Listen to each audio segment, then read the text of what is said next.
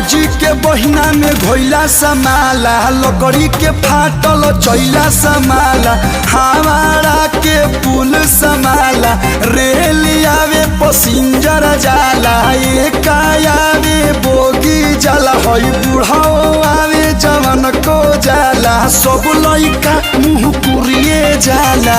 Cameraman focus करो, सब भागत से फोकस कर। भाग निर्लज बेशर्मा कही के। ए साली जी हयो सुना, तब खेलनो के एक बोगी खालिए बा, काम जालिए बा, इमली के हो इमली के पाता चिकन चिकन इमली के, इमली के पाता चिकन चिकन इमली के।